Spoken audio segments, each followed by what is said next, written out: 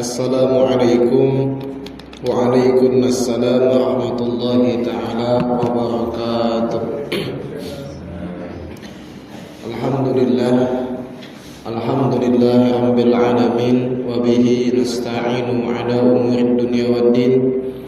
Wassalatu wassalamu ala asyrafil anbiya'i wal mursalin sayyidina Muhammadin wa ala alihi wa sahbihi ajma'in wa man tabi'ahum bi ihsanin ila yaumiddin, amma ba'du.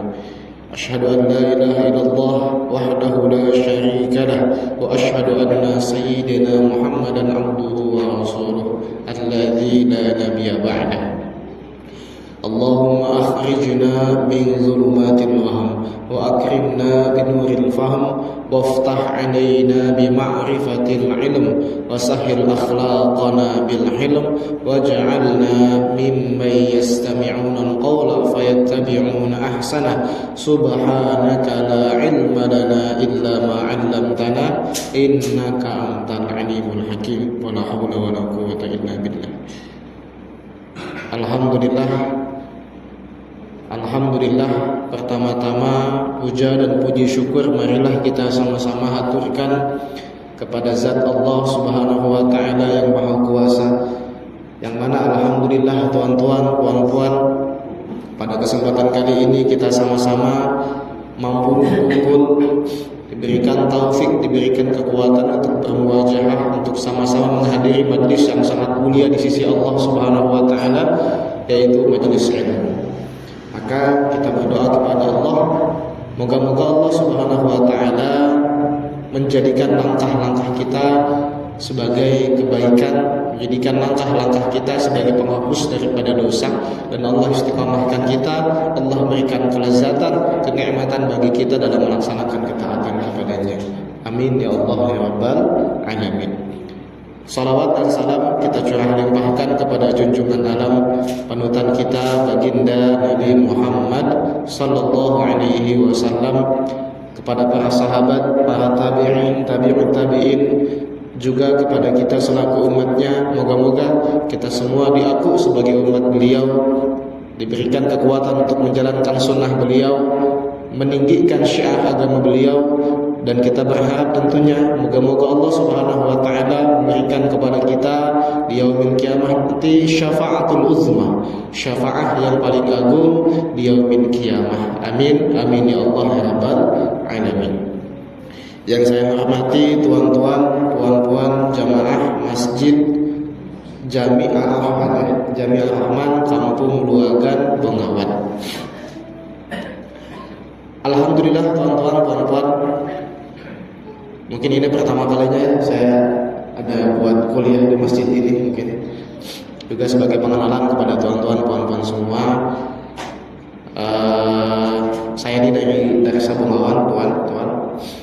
Mungkin kalau nanti bahasanya agak sedikit berbeza, mohon dimaafkan ya. Sebab lain bangsa, Indonesia. Tapi insya Allah bahasa Enden dengan Melayu ini macam adik-beradik lah, tidak jauh berbeza. Insya Allah dapat difahami. Alhamdulillah tuan-tuan, puan-puan, rahimakumullah wa azzakumullah. Sekarang kita berada pada tarikh 27 Rajab 1444 Hijriah ya. 1444 Hijriah. Dan tepat sekali pada malam ini, menurut kesepakatan para ulama, Nabi Muhammad sallallahu alaihi wasallam diisrakan, kemudian dimi'rajkan oleh Allah Subhanahu wa taala tepat pada malam ini 27 Rajab. Maka sesuai dengan tajuk kita sama-sama akan mengingat kembali, sama-sama akan mendengarkan sebuah pesanan singkat yang bertajuk mengenai tentang memperingati Isra wal Mi'rajnya baginda Nabi Muhammad sallallahu alaihi wasallam.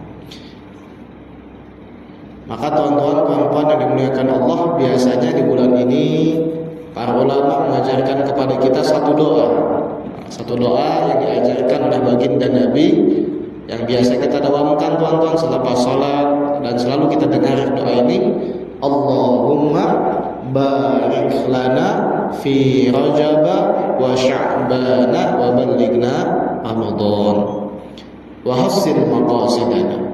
Ya Allah, berkatilah kami di bulan Rajab. Makna berkat itu adalah bertambahnya kebaikan. Tambahkanlah kebaikan-kebaikan kepada kami di bulan Rajab dan Sya'ban. Wa ballighna Ramadan, dan sampaikanlah kami ke bulan Ramadan. Wa hassil maqasidana, dan tunaikanlah maksud-maksud kami. Tunaikanlah hajat-hajat kami. Maka biasa kita dawamkan doa ini selepas sholat, kita dawamkan doa ini setiap masa di bulan ini, dengan harapan tentunya Allah memberikan kepada kita kebaikan-kebaikan yang sangat banyak. Maka tuan-tuan, puan-puan yang dimuliakan Allah, bulan Rajab ini adalah bulan yang sangat istimewa. Kenapa? Karena bulan Rajab ini adalah salah satu bulan dari bulan haram, bulan yang Allah muliakan. Dalam Al-Quran Allah Subhanahu wa ta'ala berfirman di surah At-Taubah, Inna iddatash syuhuri indallahi 12 syahran fi kitabillah yawma khalaqas samawati wal arda minha arba'atun hurum. Sesungguhnya bilangan bulan di sisi Allah Subhanahu wa ta'ala ketika Allah menciptakan langit dan bumi ada 12 bulan. Jadi samalah 12 bulan itu macam bulan yang biasa kita sedang pakai, Januari, Februari, Maret. Tapi bukan bulan itu. Yang dimaksud 12 bulan ini adalah bulan Hijriyah. Di antara 12 bulan tersebut Allah Subhanahu wa ta'ala ingatkan minha arba'atun hurum. Di antara 12 bulan ada 4 bulan yang haram, ada 4 bulan yang dimuliakan. Apa saja bulan yang dimuliakan itu? Baginda sallallahu alaihi wasallam memberitahu salasun mutawaliyatun. 3 bulannya itu berurutan. Jadi dari 12 bulan itu ada 4 bulan yang Allah muliakan. Dari 4 itu 3-nya berurutan dan 1-nya terpisah. Yang 3 berurutan ini adalah bulan Dzulqa'dah, Dzulhijjah, dan juga bulan Muharram. Bulan 11, bulan 12, dan bulan 1. Ini 3 berurutan. Kemudian yang 1 adalah bulan Rajab. Nah, sekarang kita sedang berada di bulan Rajab. Inilah bulan haram, inilah bulan yang Allah muliakan. Maka tuan-tuan, puan-puan yang dimuliakan Allah, dalam Al-Quran Allah ingatkan kembali dalam surat Al-Hajj, wa may yu'azzim sya'airallahi fa innaha min taqwal qulub. Dan sesiapa sahaja yang mengagungkan, sesiapa sahaja yang memuliakan syiarnya agama Allah, fa innaha min taqwal qulub, itulah tanda ketakwaan di dalam hatinya. Apa saja syiarnya agama Allah? Maka para ulama mentafsirkan syiarnya agama Allah ini terbagi menjadi 4. Yang pertama berhubungan dengan amakin, dengan tempat-tempat. Contohnya adalah seperti Mekah, Masjidil Haram, Madinah Al-Munawwarah, Masjidil Aqsa, tempat yang Allah muliakan, rumahnya Allah, Baitullah, masjid, tempat menuntut ilmu. Itu adalah tempat-tempat yang Allah muliakan sebagai syiarnya agama Allah. Bila mana dalam hati kita mengagungkan tempat yang Allah muliakan, ada cinta dalam hati kita kepada tempat yang Allah cintai, fa innaha min taqwal qulub, itulah tanda ketakwaan di dalam hati. Yang kedua, syiarnya agama Allah itu berhubungan dengan awqat, dengan waktu-waktu, dengan masa. Contohnya adalah tadi, dalam 12 bulan itu ada 4 bulan yang Allah muliakan, namanya bulan haram. Allah pula memuliakan bulan Ramadan sebagai penghulunya bulan, tuannya bulan. Hari Jumat adalah penghulunya hari. Sepertiga malam di antara 2 khutbah penghujung hari Jumat itu adalah waktu-waktu yang Allah muliakan.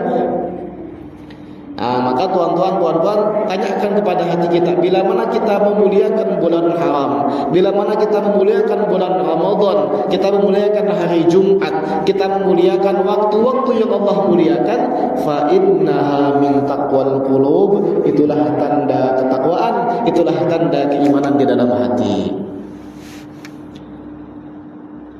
Kemudian yang ketiga, syiarnya agama Allah itu berhubungan dengan ashkhas, berhubungan dengan individu, berhubungan dengan manusia, dengan hamba Allah. Siapa saja yang Allah muliakan?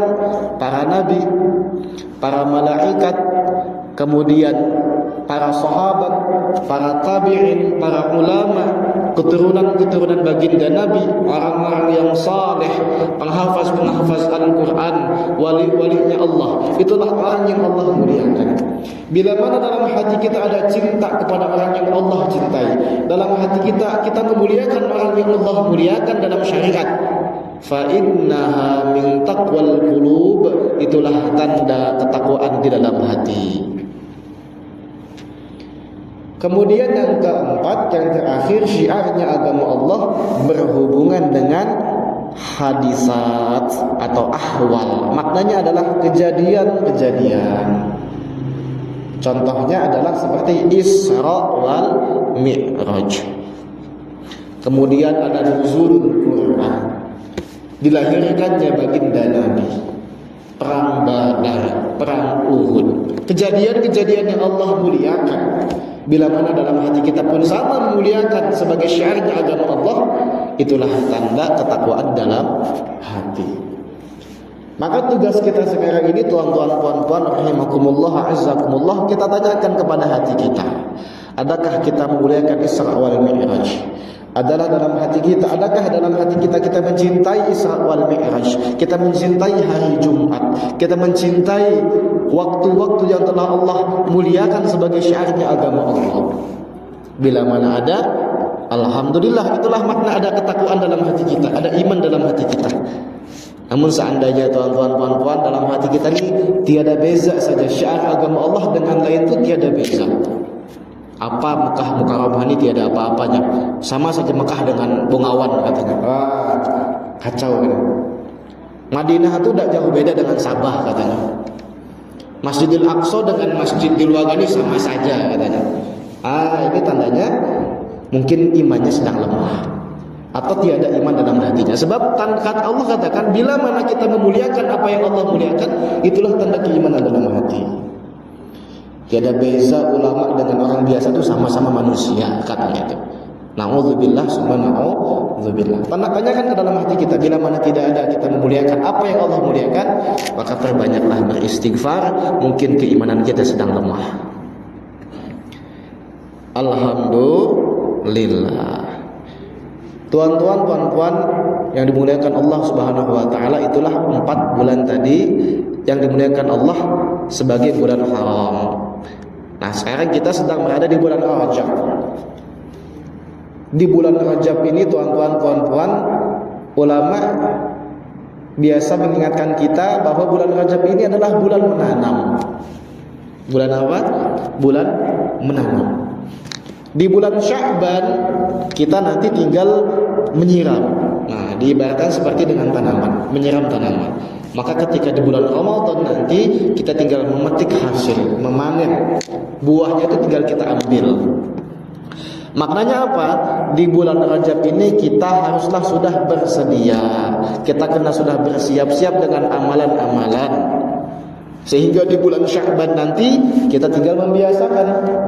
Di bulan Ramadan, nah kita tinggal menikmati hasilnya, kita sudah terbiasa. Karena biasanya penyakitnya seperti ini, tuan-tuan. Biasanya kita nih kalang kabut. Masuk bulan Ramadan, barulah amalnya ditingkatkan. Baca Qur'annya ditingkatkan, salat sunnahnya ditingkatkan. Memang bagus. Tapi kalang kabut. Keluar bulan Ramadan, suasana Ramadan tiada, amalannya pun ditinggalkan. Biasanya seperti itu. Kenapa seperti ini? Karena di bulan Rajab, bulan Sya'ban cuai, sudah santai-santai. Masuk bulan Ramadan baru dikencangkan ibadahnya. Keluar bulan Ramadan, masuk bulan Syawal, ditinggalkan ibadahnya. Biasanya seperti itu. Sehingga bulan Ramadan ini hanya tinggal menjadi seperti formalitas, bukan peningkatan amal. Maka di bulan Rajab ini kita tingkatkan kembali amalan kita. Kita biasakan dari bulan Rajab, salat sunnahnya diistiqomahkan, salat fardunya dikencangkan kembali, baca Al-Qur'annya diistiqomahkan kembali. Di bulan Sya'ban kita biasakan, bulan Ramadan kita sudah nikmat, sudah terbiasa. Sehingga di bulan Syawal nanti kita tinggal meningkatkan kembali. Nah, bulan Rajab ini tuan-tuan, Syekh Abdul Qadir Al-Jilani dalam kitabnya Anwarus Salikin, beliau mengatakan Syahrul Rajab yubna min thalathati ahruf. Bulan Rajab ini terbangun daripada 3 huruf. Rajabun, kan gitu ya. Ada huruf ra, jim dan ba. Maka kita, kata Syekh Abdul Qadir Al-Jilani, kita boleh mengambil hikmah, kita boleh mengambil pelajaran di setiap hurufnya itu. Huruf pertama, Rajabun, huruf pertama adalah huruf Ra. Apa yang kita boleh ambil hikmahnya dalam huruf Ra? Ra ini maknanya adalah rahmatullah. Artinya adalah kasih sayang Allah. Apa tanda kasih sayang Allah di bulan Rajab? Yudha'afallahu ajran. Allah melipat kali gandakan ganjaran. Nah, tuan-tuan yang dimuliakan Allah Subhanahu wa taala, di bulan haram ini kelebihannya adalah amalan-amalan yang dilakukan pahalanya akan berlipat kali ganda. Bila mana biasanya kita sedekah, tuan-tuan, Allah kali gandakan menjadi 770, bahkan 700. Bahkan dalam Al-Quran itu disebutkan seperti satu tangkai. Satu tangkai kemudian memiliki 70 cabang. Dari 70 cabang itu ada 70 daun. Bila mana kita melakukan satu kebaikan di bulan Rajab, maka pahalanya itu akan berlipat kali ganda. Namun sebaliknya, bila mana kita melakukan dosa, bila mana kita melakukan satu kemaksiatan, satu kejelekan, dosanya pun berlipat kali ganda. Nah, maka hati-hatilah tuan-tuan, di balik kita mendapatkan pahala yang berlipat ganda di bulan Rajab ini, dosanya pun berlipat kali ganda. Itulah rahmatullah, kasih sayang Allah. Kemudian yang kedua dari Rajab, huruf kedua adalah huruf jim. Apa makna jim? Judullah. Apa maknanya? Kedermawanan Allah. Apa tanda kedermawanan Allah di bulan Rajab? Di bulan Rajab ini, bahkan tepat pada malam ini, Allah Subhanahu wa taala menghadiahkan salat 5 waktu kepada umat baginda Nabi Muhammad sallallahu alaihi wasallam. Ini hadiah, teman-teman. Nanti kita akan jelaskan bagaimana ceritanya selepas ini. Kemudian dari huruf Rajabun yang ketiga adalah huruf Ba. Apa hikmah yang kita boleh ambil dalam huruf Ba ini? Birrullah, kebaikan Allah. Di bulan Rajab ini apa tandanya? Yaftahullahu abwabat taubah. Pada bulan Rajab ini Allah bukakan pintu-pintu taubat. Allah bagi keleluasaan bagi hamba-hambanya yang ingin memperbaiki dirinya, yang ingin menghapuskan dosa-dosanya sebelum ajal datang kembali. Allah berikan kesempatan sila di bulan Rajab ini, pintu-pintu taubat terbuka. Perbanyaklah beristighfar kepada Allah. Ya ayyuhalladzina amanu tubu ilallahi taubatan nasuha. Wahai orang-orang beriman, bertaubatlah kepada Allah dengan taubat yang sesungguh-sungguhnya. Maka ini perintah Allah untuk bertaubat. Nah, di bulan Rajab ini Allah bukakan pintu-pintu taubat khusus untuk umat baginda Nabi Muhammad sallallahu alaihi wasallam. Alhamdulillah. Maka tuan-tuan, puan-puan yang dimuliakan Allah Subhanahu wa taala, dikarenakan bulan Rajab ini adalah bulan difardukannya salat, kemudian bulan di mana Allah Subhanahu wa taala mengisra wal mi'rajkan baginda Nabi sallallahu alaihi wasallam, maka untuk mengingatkan kembali, izinkan saya untuk membaca hadis dari riwayat Muslim. Hadisnya sahih mengenai tentang cerita baginda sallallahu alaihi wasallam di Isra kemudian di Mi'rajkan oleh baginda Nabi sallallahu alaihi wasallam. Nah, dalam tafsir Al-Azhar, Buya Hamka mengatakan beliau pun meskipun secara pemikiran itu biasa pemikiran kaum muda, pemikiran yang baru, pembaharu, tetapi beliau pun membenarkan mengenai tentang Isra wal Mi'raj, acara Isra wal Mi'raj. Beliau mengatakan dalam tafsirnya bahwa biasanya di bulan Rajab ini para mubalik, para asatiz, para ulama di masjid berkumpul dengan jamaah kemudian membacakan hadis-hadis yang berkenaan dengan Isra wal Mi'raj. Maka pada kesempatan kali ini saya pun akan membacakan hadis daripada Isra wal Mi'raj baginda Nabi sallallahu alaihi wasallam, hadis riwayat Muslim. Nah, hadis ini adalah hadis daripada Anas bin Malik, sahabat Nabi, tuan-tuan, puan-puan. Beliau mengatakan anna Rasulullah sallallahu alaihi wasallam qala, Nabi sallallahu alaihi wasallam bersabda, utitu bil buraq, aku didatangi dengan hewan buraq. Nama hewannya itu apa, teman-teman? Buraq. Jadi ketika itu keadaan baginda Nabi sallallahu alaihi wasallam sedang menginap di rumah makciknya, namanya Ummu Hani. Di tahun itu adalah tahun ke-10 dalam kenabian, tanggal 27 bulan Rajab. Nah, di tahun 10 ini tuan-tuan, yang unik adalah tahun ini adalah tahun yang disebut sebagai Amul Huzn, tahun kesedihan. Kenapa disebut tahun kesedihan? Karena di tahun ini baginda sallallahu alaihi wasallam ditinggalkan dua orang yang sangat beliau cintai, yang sangat beliau kasihi. Yang pertama adalah istrinya Khadijah binti Khuwailid radhiyallahu anha, yang kedua adalah pakcik beliau Abu Thalib yang menjadi pelindung beliau dalam dakwahnya. Ditambah kesedihan beliau di tahun itu pula Bani Hashim dengan Bani Muthalib, kabilah beliau, dan umumnya kaum muslimin diboikot. Nah, kita sering mendengarkan contohnya boikot. Kita boikot Israel, produk-produk yang mendukung kepada pergerakan Zionis Israel. Ketika zaman dahulu, di zaman Nabi, kaum muslimin pun diboikot. Mereka diasingkan, tidak boleh berniaga, tidak boleh diberikan makanan, dinikahkan, tidak boleh diajak bicara, teman-teman, selama 3 tahun. Sehingga dalam riwayat itu disebutkan saking laparnya kaum muslimin ketika itu, bahkan mereka sampai makan dedaunan yang kering ditambah dengan air di tahun-tahun tersebut. Bagaimana Nabi memikirkan umatnya ketika itu, sehingga itu disebut sebagai Amul Huzn. Dan di tahun yang sama pula, ketika melihat dakwahnya di Mekah ketika itu ditolak, bahkan dicaci, dihina, sebagaimana dalam khutbah tadi disebutkan, bahkan Nabi disebut sebagai pendusta, penyihir. Melihat ini Mekah ini sudah memang tidak boleh nih, kena cari tempat yang lain untuk bisa menerima dakwah Nabi. Maka Nabi pergi ke Taif, teman-teman. Kalau mungkin kita yang pernah umrah atau haji, itu Taif dengan Mekah ini jaraknya ini sekitar 60 km, jauh. Apalagi dengan hanya berjalan kaki dengan unta. Maka Nabi dengan anak angkatnya Zaid bin Harisah datang ke Taif berjalan kaki dengan harapan orang Taif di sana akan menerima dakwah Nabi. Datang Nabi ke Taif, yang didatangi, yang datang bukanlah sesuai dengan harapan Nabi. Ekspektasinya adalah mereka mencela Nabi, bahkan mengatakan, adakah Nabi yang lebih baik daripada kamu? Kalau seandainya kamu Nabi, saya boleh menjadi Nabi lebih baik daripada kamu. Sehingga ditolak dakwah Nabi secara mentah-mentah ketika itu. Sejauh 3 mil, teman-teman, Nabi berjalan dilempari oleh batu, dilempari oleh kotoran unta, sehingga dalam riwayat disebutkan darah Nabi itu mengalir sampai ke selipar beliau, darahnya mengalir.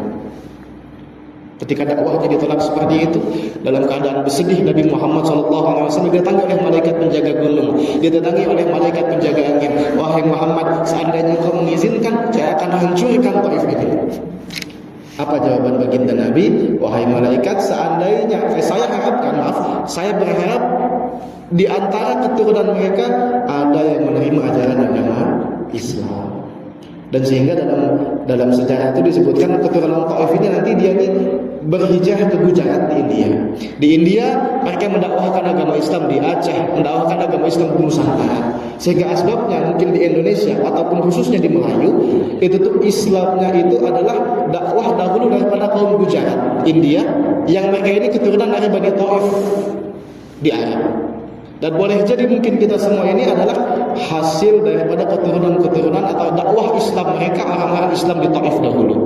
Ketika keturunannya menerima Islam, kemudian hijrah ke Gujarat dan mendakwahkan agama Islam di Nusantara dahulu.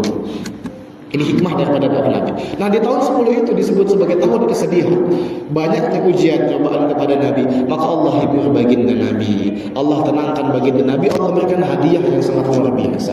Allah Isra dan Mi'rajkan baginda Nabi sallallahu alaihi wasallam. Makanya di sini disebutkan ketika Nabi sedang bersedih, menginap di rumah makciknya Ummu Hani ketika malam hari, maka Nabi didatangi oleh satu hewan namanya buraq. Maka kata Nabi, wa huwa dabbatun. Buraq ini adalah satu hewan abyadu, warnanya putih, tawilun fawqal himar wa dunal bagli. Tingginya lebih tinggi daripada keledai dan lebih rendah dibandingkan dengan bagol. Bagol ini adalah perkawinan antara keledai dengan kuda. Kalau dikawinkan namanya bagol. Dia lebih tinggi dari keledai.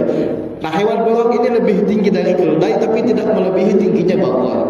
Di pertengahan antara keledai dan bagol, tinggi daripada buraq ini. Bagaimana kecepatannya buraq, tuan-tuan, puan-puan? Yadhu hafirahu inda muntaha tarfih. Yadhu hafirahu, dia meletakkan kedua telapak kakinya itu sejauh mata memandang. Jadi sejauh mata memandang, disitulah nanti dia akan diam. Saya tanya tuan-tuan, boleh kita tengok bintang tuan-tuan? Tengok bulan, itu masih tertengok. Kecepatannya mungkin itu puluhan ribu tahun cahaya jarak kita dengan bintang. Bila mana kita tengok bintang, bintang masih tertengok. Buraq sekali dia melangkah, itu dia boleh sejauh mata memandang kecepatan buraq tersebut. Maka banyak orang menuduh bahwa peristiwa Isra wal Mi'raj ini adalah peristiwa yang tidak masuk akal. Maka sebenarnya teman-teman, Isra wal Mi'raj ini bukan tidak masuk akal, tapi di luar kebiasaan.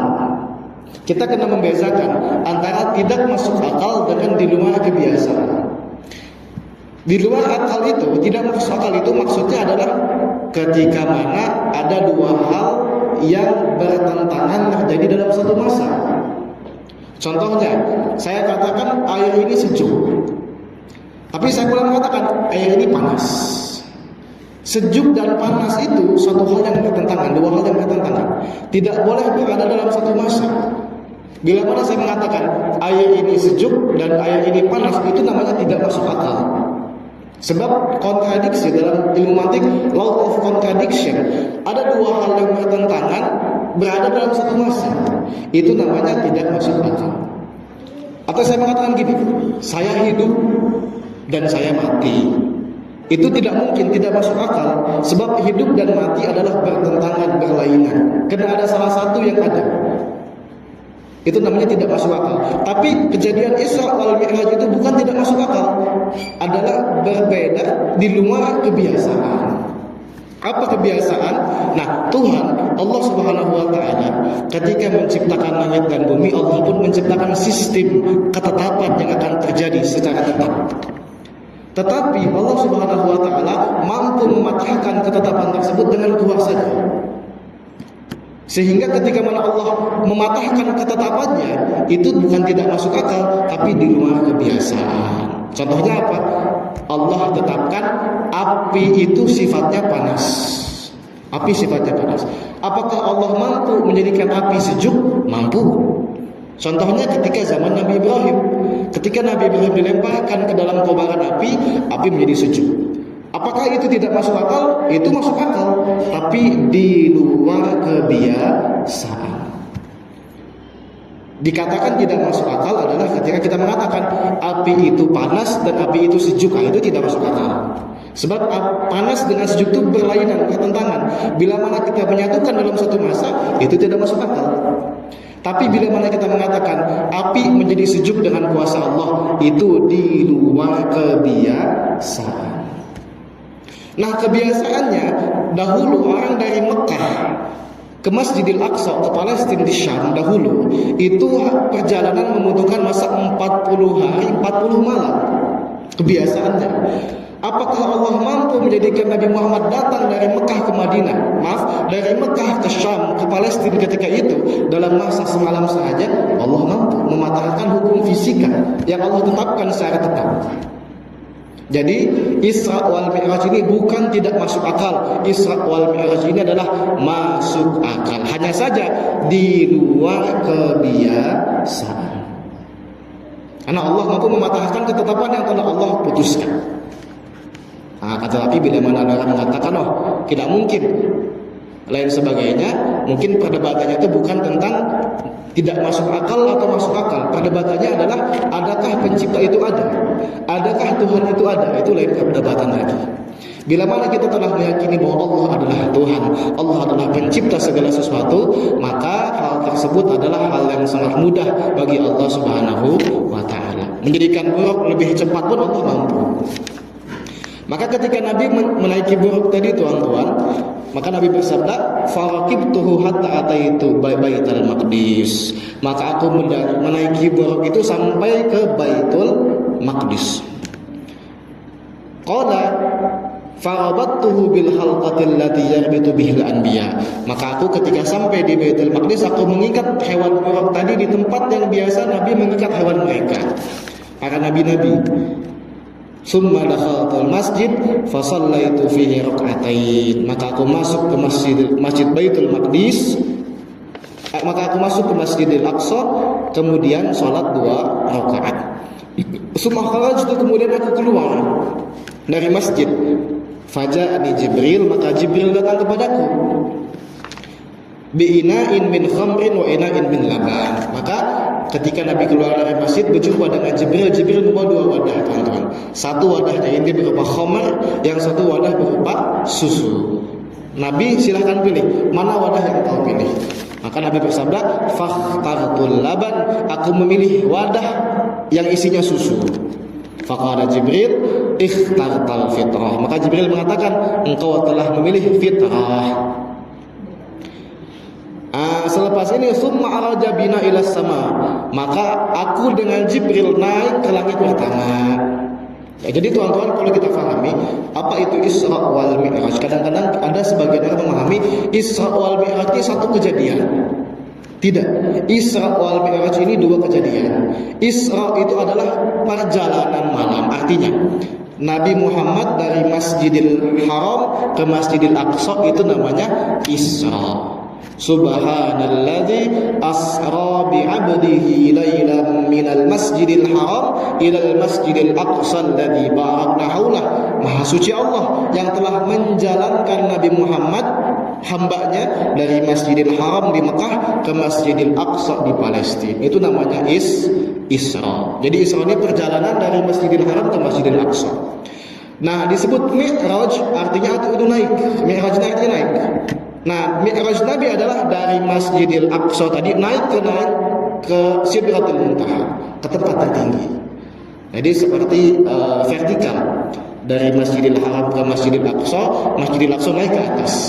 Isra dulu, kemudian naik ke atas disebut sebagai Mi'raj. Maka disebut Isra wal Mi'raj, perjalanan malam dan naik ke Sidratul Muntaha. Maka Nabi naik ke langit pertama, tuan-tuan. Fastaftaha Jibril, maka Jibril meminta pintu langit pertama itu dibuka. Faqila, maka dikatakan, man anta, siapa kamu? Jibril, saya Jibril, kata malaikat Jibril. Wa man ma'aka, siapa bersama kamu? Muhammad, dia adalah Muhammad. Qila, wa qad bu'itsa ilaih, apakah dia sudah diutus? Maka Jibril menjawab, qad bu'itsa ilaih, ya, dia sudah diutus. Fafutiha lana, maka kami pun dibukakan pintu langit pertama. Faida Nabi Adam, maka di langit pertama Nabi Muhammad dan Jibril berjumpa dengan Nabi Adam. Farahhaba bi wa da'ali bi khair, maka Nabi Adam menyambut aku dan mendoakan aku dengan kebaikan. Summa arada bina ila sama'i tsaniyah, maka selepas dari langit pertama Nabi naik ke langit kedua. Tuan-tuan, jangan sampai kita memahami langit 1 dengan langit 2 ini macam lantai ini. Ada masjid 2 lantai macam naik tangga atau naik lift. Tidak, tuan-tuan. Jarak langit ke 1 dengan langit selanjutnya, setiap langit jaraknya adalah 500 tahun perjalanan. Dalam riwayat disebutkan 500 tahun perjalanan, setengah hari. Setengah hari dalam bilangan akhirat 500 tahun perjalanan. Dari langit ke satu jumpa dengan Nabi Adam, naik ke langit kedua. Sama, di langit kedua ditanya lagi, "Man anta? Siapa kamu?" "Saya Jibril." "Wa man ma'aka?" "Siapa bersama kamu?" "Muhammad." "Dia Muhammad." "Wa qad bu'itha ilaih?" "Apakah dia sudah diutus?" "Ya, dia sudah diutus." Maka dibukakan langit kedua, maka Nabi SAW berjumpa dengan Nabi Isa bin Maryam wa Yahya ibni Zakaria. Berjumpa dengan Nabi Isa dan Nabi Zakaria. Farahaba, maka keduanya menyambut aku, wa da'awali bi khair, dan keduanya mendoakan aku dengan kebaikan. Maka selepas berjumpa dengan Nabi Isa dan Nabi Yahya alaihi salam, Nabi naik lagi ke langit ketiga. Summa arjabina ila samai tsalisah. Di langit ketiga, di pintu langit ketiga sama, Nabi ditanya lagi oleh malaikat penjaga langit ketiga, "Man anta? Siapa kamu?" "Saya Jibril." "Wa man ma'ak?" "Siapa bersama kamu?" "Muhammad." "Adakah dia sudah diutus?" "Ya, dia sudah diutus." Maka dibuka pintu langit ketiga, Nabi Muhammad berjumpa dengan Nabi Yusuf alaihi salam. Maka Nabi katakan, "Idza huwa qad u'tiya syatral husni." Dia sudah, sesungguhnya dia diberikan separuh ketampanan. Nah, jadi ketampanan yang Allah ciptakan separuhnya itu diberikan kepada Nabi Yusuf.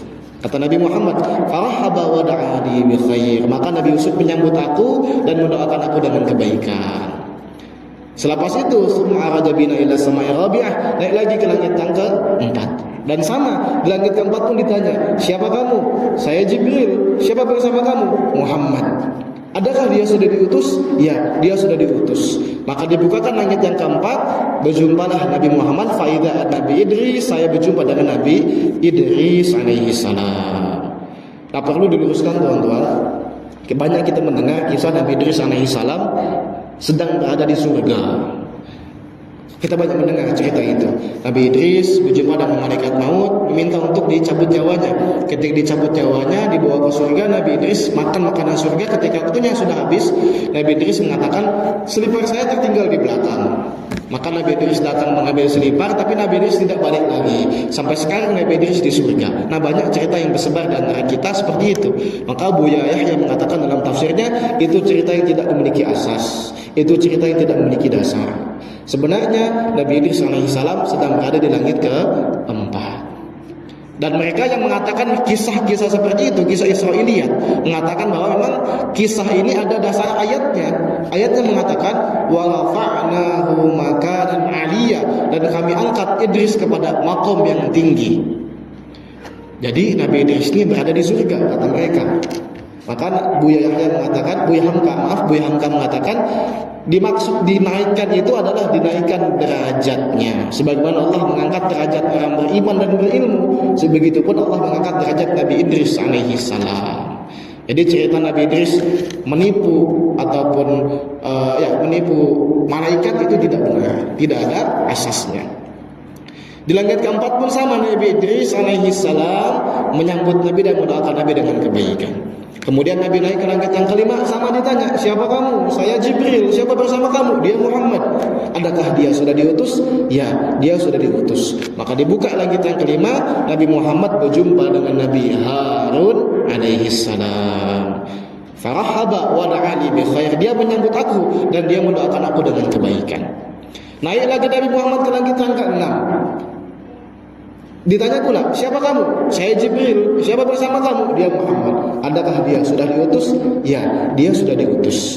Maka dibukakan ayat yang ke-6, Nabi Muhammad berjumpa dengan Nabi Musa alaihi salam. Maka Nabi Musa menyambut Nabi dan mendoakan Nabi dengan kebaikan. Maka langit ini kan ada 7, teman-teman. Naik ke langit yang ke-7, langit yang terakhir. Summa arajabina ila samai sabi'ah. Kami naik ke langit yang ke-7.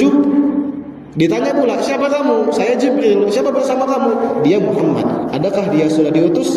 "Ya, dia sudah diutus." Maka dibukakan langit yang ke-7, Nabi Muhammad berjumpa, faidza ana bi Ibrahim alaihi salam. Saya berjumpa dengan Abul Anbiya, dengan bapaknya para nabi, Nabi Ibrahim alaihi salam. Musnidan dhahrah ila Baitul Ma'mur. Dia sedang bersandar, sedang seperti ini. Sedang santai, bersandar di Baitul Ma'mur. Baitul Ma'mur adalah tempat tawafnya para malaikat. Jadi Ka'bah yang ada di Mekah itu teman-teman, itu mengikuti Baitul Ma'mur yang ada di akhirat, yang ada di langit ketujuh. Nabi Adam ketika turun, Allah turunkan ke bumi, membuat Baitul Haram, membuat rumahnya Allah, mengikuti tempatnya Baitul Ma'mur di langit ketujuh. Banjirnya Nabi Nuh hancur, kemudian dibangun kembali oleh Nabi Ibrahim di tempat yang sama dengan perintah Allah. Maka Nabi Ibrahim ketika itu sedang bersandar di Baitul Ma'mur. Ketika Nabi Muhammad datang, wa idza huwa yadkhuluhu kulla yaumin sab'una alfa malakin. Setiap hari malaikat masuk ke Baitul Ma'mur, bertawaf, beribadah kepada Allah. 70.000 malaikat datang setiap harinya. La ya'uduna ilaih. Mereka tidak pernah kembali lagi. Jadi boleh kita bayangkan teman-teman bagaimana besarnya Baitul Ma'mur. Setiap hari 70.000 malaikat masuk dan tidak pernah keluar balik. Terus 70.000. Kena azan dulu ke atau sambung?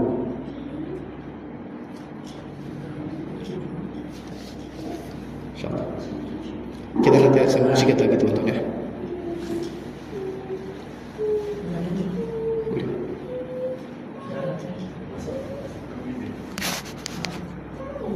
Belum?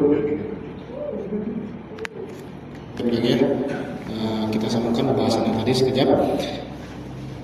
Di langit ketujuh Nabi SAW berjumpa dengan Nabi Ibrahim alaihissalam. Maka beliau mengatakan, "Summa dhahaba bi ila sidratil muntaha." Kemudian saya dibawa ke lebih tinggi lagi dari langit ketujuh, yaitu Sidratil Muntaha. Namanya Sidratul Muntaha. Fa'auhallahu ilayya ma'auha. Maka Allah mewahyukan kepadaku apa yang Allah wahyukan. Fafarada alayya khamsina salatan fi kulli yawm wa lailah.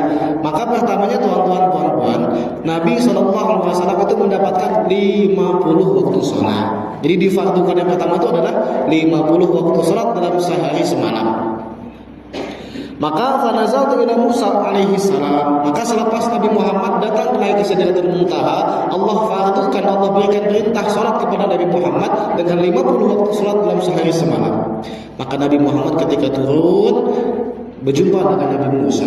Tadi kan turun Nabi Musa itu berada di langit ke-6. Ketika berjumpa dengan Nabi Musa, maka Nabi Musa mengatakan, "Ma farada rabbuka ala ummatik." Wahai Muhammad, apa yang Tuhanmu fardukan kepada umat kamu? Yang apa yang Tuhanmu berikan kepada umat kamu? Maka kata Nabi Muhammad, "Khamsina salatan." Allah telah memfardukan 50 salat. Maka Nabi Musa mengatakan, "Irji' ila rabbik." Kembali ke Tuhanmu wahai Muhammad. Fas'alhu takhfif, mintalah keringanan kepada Allah. Fa inna ummataka la yutiqun. Umatmu tidak akan kuat dzalik yang seperti itu.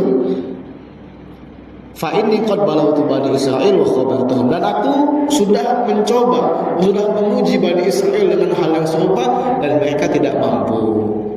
Jadi Nabi Musa ini lebih pengalaman. Dahulu dia pernah memimpin Bani Israel sebagai nabi di kalangan mereka. Nabi Bani Israel tidak mampu, apalagi 50 salat. Maka Nabi Ibrahim mengusulkan kepada Nabi Muhammad, balik lagi kepada Allah, minta keringanan kepada Allah. Maka Nabi Muhammad SAW faraja'tu ila Rabbi. Maka Nabi Muhammad naik lagi ke Sidratul Muntaha, mengatakan, "Ya Rabbi, khaffif ala ummati." Nabi Muhammad meminta kepada Allah, "Wahai Tuhanku, ringankanlah beban ini, ringankanlah kefarduan ini untuk umatku." Maka fahatta anni khamsan. Maka Allah mengurangi dari 50 itu, dikurangi khamsan, dikurangi 5, menjadi 45 waktu. Ketika Allah kurangi, berikan keringanan 5, turun lagi kepada Nabi Musa. Nabi Musa mengatakan, "Falam azal arji Rabbi tabaraka wa ta'ala wa baina Musa." Terus aku terus kembali kepada Allah. Nabi Musa balik lagi kepada Allah, kepada Nabi Musa. Nabi Musa mengatakan, "Balik lagi Muhammad, umatku tidak akan kuat, minta keringanan." Naik lagi ke atas, minta keringanan lagi. "Ya Rabbi khaffif ala ummati." Wahai Allah, berikanlah keringanan untuk umatku. Dikurangi 5 lagi, turun terus, dikurangi 5, sehingga Allah berfirman kepada Nabi Muhammad, "Ya Muhammad, wahai Muhammad, innahunna khamsu salawatin, itu adalah 5 fardu salat. Dari 50 dikurangi 5 sampai 5 waktu salat, berarti 9 kali pulang alik. Turun lagi, balik lagi, turun lagi, balik lagi. Fi kulli yaumin wa lailah, setiap sehari semalam. Likulli salatin asyrun, setiap salat pahalanya adalah 10. Fadzalika khamsuna salawatan, maka sama saja dengan 50 salat. Jadi kasih sayang Allah kurangi 5 waktu salat ini sama dengan 50 waktu salat. Sebab satu waktu salat itu sama dengan 10. Maka wa man hamma bi hasanatin falam ya'malha, siapa dari umatmu yang hamma, bermaksud melaksanakan kebaikan akan tetapi tidak jadi melakukannya, kutibat lahu hasanah, maka dia dicatat satu kebaikan. Jadi kita berniat teman-teman, balik nanti saya mau bersedekah kepada seseorang contohnya. Ketika balik nanti duitnya itu hilang, kita tidak jadi. Kita tetap mendapatkan satu hasanah, satu kebaikan. Fa'in amilaha, akan tetapi jika sudah bermaksud dengan kebaikan, kita melakukan kebaikan tersebut, kutibat lahu asyran, maka mendapatkan 10 pahala. Wa man hamma bi sayyi'atin, siapa yang bermaksud berbuat maksiat, bermaksud berbuat kejelekan, falam ya'malha, dan dia tidak jadi melakukannya, lam taktub syai'an, dia tidak dituliskan apapun. Nah, kasih sayang Allah teman-teman, kita bermaksud berbuat kejelekan tapi tidak jadi, Allah tidak tulis. Tidak tulis sebagai kejelekan. Fa'in amilaha, jika jadi terus melakukan kejelekan, kutibat sayyi'ah wahidah, maka dia hanya mendapatkan satu kejelekan sahaja. Inilah kasih sayang Allah untuk umat ini. Bila mana kita bermaksud tidak jadi, 1 pahala. Bermaksud dijadikan kebaikannya, 10 pahala. Bermaksud kejelekan tidak dilakukan, Allah tidak tulis. Bermaksud kejelekan dilakukan kejelekannya, hanya ditulis 1. Qala fanazaltu hatta intahaitu ila Musa, maka selepas mendapatkan 5 waktu tadi dan firman Allah tadi, ketika turun berjumpa lagi dengan Nabi Musa, fa akhbartuhu, aku kabarkan kepada Nabi Musa bahwa aku telah difardukan 5 waktu salat untuk umatku. Apa kata Nabi Musa? Irji ila rabbik fas'alhu takhfif, wahai Muhammad, balik lagi kepada Tuhanmu, umatku tidak akan mampu. Umatku tidak akan kuat, 5 waktu itu tidak akan kuat. Maka Rasulullah bersabda, qad raja'tu ila rabbi hatta istahyaitu minhu, wahai Musa, aku sudah pulang alik kepada Tuhanku, sudah beberapa kali aku balik lagi, naik turun, aku sudah malu kepada Tuhanku, wahai Musa. Sehingga Allah fardukan, Allah tetapkan salat ini menjadi 5 waktu. Alhamdulillah. Sedikit teman-teman perlu kita perbaiki sudut pandang kita. Apa yang kita dengar ketika kita mendengar difardukan 50 waktu sholat, kita akan berpandangan bahwa ini satu beban. Macam mana 50 waktu sholat? 5 waktu sholat pun kadang-kadang kita keteteran, kadang-kadang kalah kabut. 5 waktu sholat, apalagi 50, 24 jam, makanya setengah jam 1 kali kita sholat. Kadang-kadang kita berpikiran seperti itu teman-teman. Jika kita menganggap bahwa sholat hanya setakat kewajiban, tapi coba kita pikirkan teman-teman, sholat ini sebagai satu hadiah dari Allah untuk umatnya, yang tidak diberikan kepada umat sebelumnya teman-teman.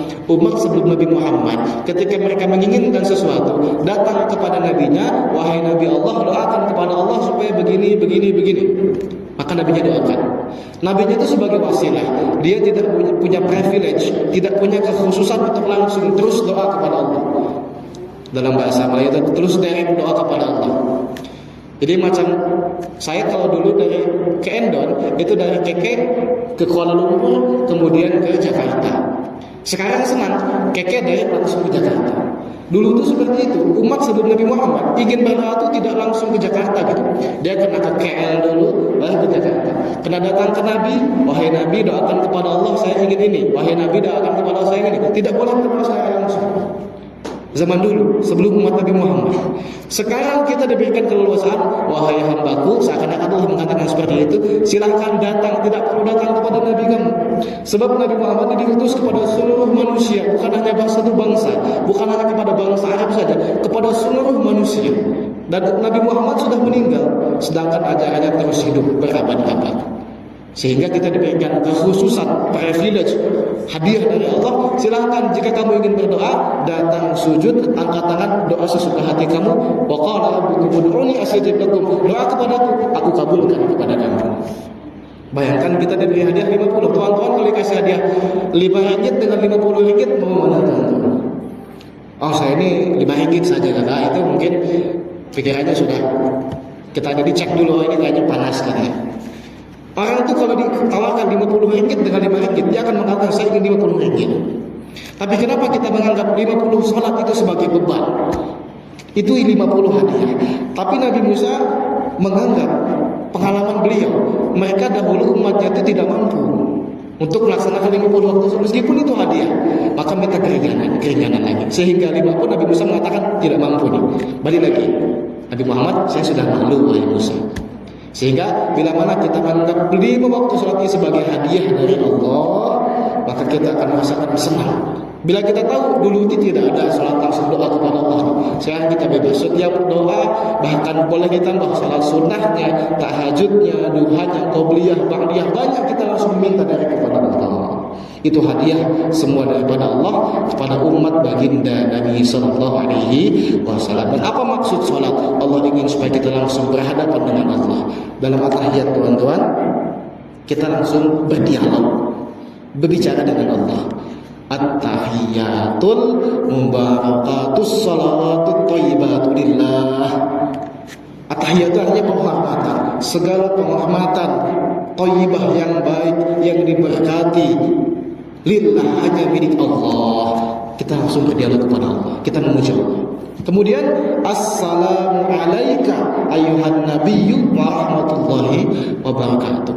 Ketika kita mengatakan salam sejahtera bagi kamu, kita kalau cakap kamu itu ada apa tidak artinya tuan-tuan? Kamu sudah makan, tapi tidak ada siapa-siapa. Baik, mungkin kita pun pernah dicek, wah ini panas kayaknya, agak-agak sih kita gila. Kalau kita cakap seorang ngomong kamu dengan tembok ya.